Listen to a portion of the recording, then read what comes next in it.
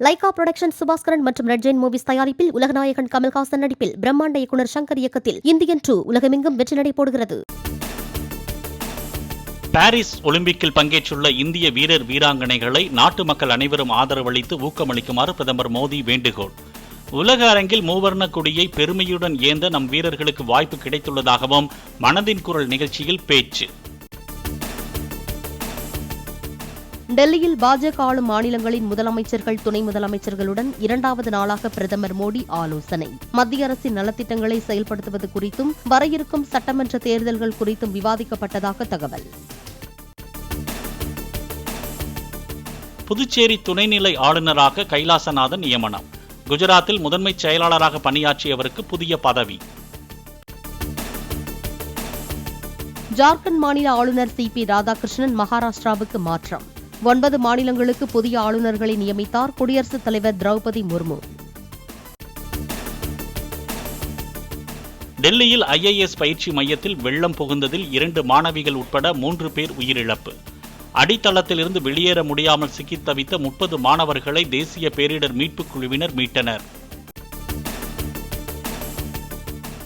டெல்லியில் IAS பயிற்சி மையத்தில் 3 பேர் வெள்ள நீரில் சிக்கி உயிரிழந்ததற்கு காரணமானவர்கள் மீது நடவடிக்கை எடுக்க கோரி மாணவர்கள் தொடர் போராட்டம். மழைநீர் வடிகால்களை முறையாக சீரமைக்காததை பயிற்சி மையத்தில் வெள்ளம் புகுந்ததற்கு காரணம் என மாணவர்கள் குற்றச்சாட்டு.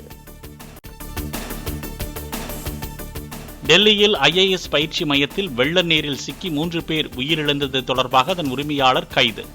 விதிகளை மீறி கட்டிடங்களின் கீழ்த்தளத்தில் இயங்கும் பயிற்சி மையங்கள் மீது நடவடிக்கை எடுக்க டெல்லி மேயர் உத்தரவு. டெல்லியில் ஓடும் பேருந்துக்குள் வெடிகுண்டு இருப்பதாக வந்த மிரட்டலால் பரபரப்பு. பயணிகளை இறக்கிவிட்டு வெடிகுண்டு நிபுணர்கள் சோதனையிட்டு சந்தேகத்திற்குரிய பொருளை கைப்பற்றினர். காவிரி ஆற்றில் ஒகேனக்கலுக்கு வரும் நீரின் அளவு வினாடிக்கு 1,55,000 கனஅடியாக அதிகரிப்பு.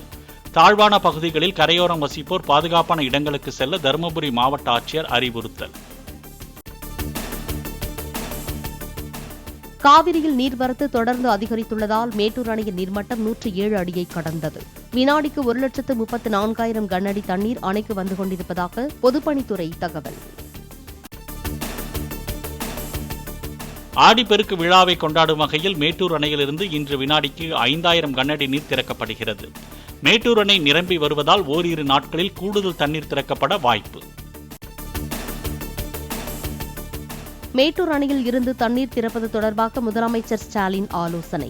அணையின் நீர்மட்டம் 107 அடியை கடந்துள்ள நிலையில் அடுத்த கட்ட நடவடிக்கைகள் குறித்து விவாதிக்கப்பட்டதாக தகவல்.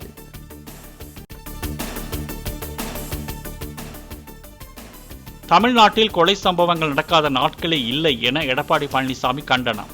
திமுக மீதான மக்களின் கோபத்தை மறைக்கவே மத்திய அரசுக்கு எதிராக அவர்கள் போராட்டத்தை நடத்தியதாகவும் விமர்சனம். கோவையில் புத்தக வெளியீட்டு விழா ஒன்றின் போது சீமானை ஆறு தழுவிய அண்ணாமலை. மேடையில் பேசிவிட்டு அண்ணாமலை இறங்கிய போது பரஸ்பரம் கைகுலுக்கி வாழ்த்து. கடலூரை சேர்ந்த அதிமுக வார்டு செயலாளர் மர்ம நபர்களால் வெட்டி கொலை. பைக்கில் சென்றவரை கார் மூலம் மோதி கீழே தள்ளிய கும்பல் சரமாரியாக வெட்டிவிட்டு தப்பிச் சென்றதாக தகவல். காற்றுடன் கூடிய மழை பெய்து வருவதால் குன்னூர் உதகை இடையே இன்று ஒருநாள் மட்டும் மலை ரயில் சேவை ரத்து. சாலையில் மண் சரிந்து மரங்கள் விழுந்ததால் தொட்டபெட்டா மலை செல்ல சுற்றுலா பயணிகளுக்கு அனுமதி மறுப்பு.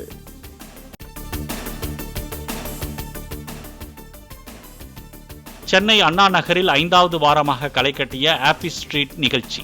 சிறுவர்கள் முதல் பெரியவர்கள் வரை உற்சாக நடனம். புதிய திரைப்படங்களை இணையதளத்தில் சட்டவிரோதமாக வெளியிடும் தமிழ் ராக்கர்ஸ் தளத்தைச் சேர்ந்த ஒருவர் திருவனந்தபுரத்தில் கைது. திரையரங்கு ஒன்றில் தனுஷின் ராயன் படத்தை செல்போனில் ரெக்கார்ட் செய்து கொண்டிருந்த மதுரையைச் சேர்ந்தவரை கைது செய்த போலீசார். மேற்கு தொடர்ச்சி மலைப்பகுதியில் பெய்து வரும் கனமழையால் குற்றால அருவிகளில் நீர்வரத்து அதிகரிப்பு. வார விடுமுறையையொட்டி மெயின் அருவியில் குளிக்க வந்த ஏராளமானோரை திருப்பி அனுப்பிய காவல்துறையினர். ஜம்மு காஷ்மீரில் இந்தியா பாகிஸ்தான் எல்லையில் கூடுதலாக 2000 வீரர்கள் பாதுகாப்பு பணி. ஒடிஷாவில் இருந்த எல்லை பாதுகாப்பு படையினரை ஜம்மு காஷ்மீருக்கு இடமாற்றி மத்திய அரசு உத்தரவு.